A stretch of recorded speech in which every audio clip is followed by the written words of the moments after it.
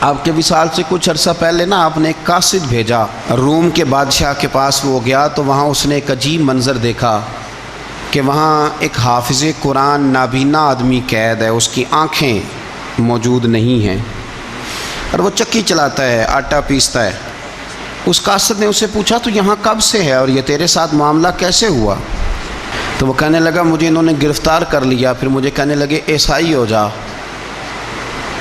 میں نے انکار کیا تو انہوں نے میری آنکھیں نکال دی۔ اب میں صبح شام یہ تھوڑا سا کام کرتا ہوں، چکی پیستا ہوں تو روٹی دے دیتے ہیں۔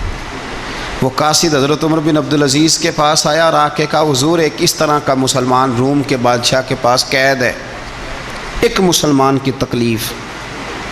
حضرت عمر بن عبدالعزیز نے جب سنا تو رو پڑے، فرمایا وہ قید ہے اور وہاں قید ہے اور ہم یہاں آرام سے بیٹھے ہیں۔ فوراً رکا لکھا قاصد سے کہنے لگے واپس جا، روم کے بادشاہ کو جا کے کہہ کہ اس نابینا قیدی کو فوراً آزاد کرے، ورنہ میں ایک ایسا لشکر بھیجوں گا، اتنا بڑا لشکر بھیجوں گا کہ اس کا پہلا آدمی تیرے پاس ہوگا اور آخری میرے پاس ہوگا، اور تجھے پھر وہ بندہ چھوڑنا پڑے گا، تو ابھی چھوڑ دے، میں تجھے پیغام دے رہا ہوں۔ وہ قاصد کہتا ہے جب میں رکا لے کے پہنچا، ظاہر ہے بڑا لمبا سفر ہوتا تھا، آنے جانے میں مہینوں بھی لگ جاتے تھے، کہتے ہیں میں نے رکا دیا تو اس نے پڑھا، کہنے لگا میری طرف دیکھ کے رکا میں نے پڑھ لیا ہے، علماء کو جانتے ہیں، تاجر تاجروں کو جانتے ہیں، تو بادشاہ بھی بادشاہوں کو جانتے ہیں۔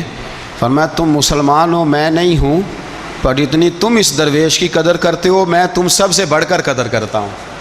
میں اس بندے کو لشکر لے کے آنے کی تکلیف نہیں دوں گا، میں ویسے ہی قیدی آزاد کرنے لگا، تم لے جاؤ۔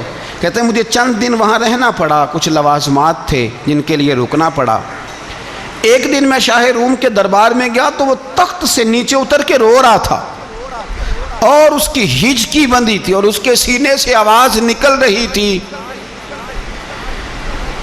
میں نے پوچھا لوگوں سے کیا ہوا، کہنے لگے خود ہی پوچھ لو۔ میں نے جا کے کہا بادشاہ کیا ہوا، کیوں رو رہے ہو؟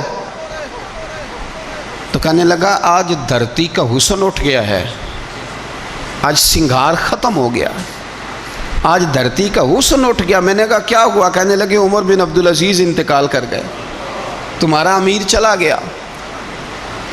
تو میرے دل میں خیال آیا، میں نے آہ بھری، میں نے کہا پھر ہمارے لیے کیا حکم ہے؟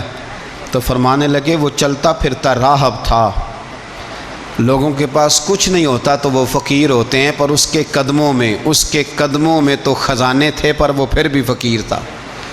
فرمایا اس کا حکم اگر میں زندگی میں مانتا تھا تو مرنے کے بعد بھی بات مانی جائے گی، تمہارا قیدی بھی تمہیں واپس کیا جائے گا اور عمر بن عبدالعزیز کی بات بھی سنی جائے گی۔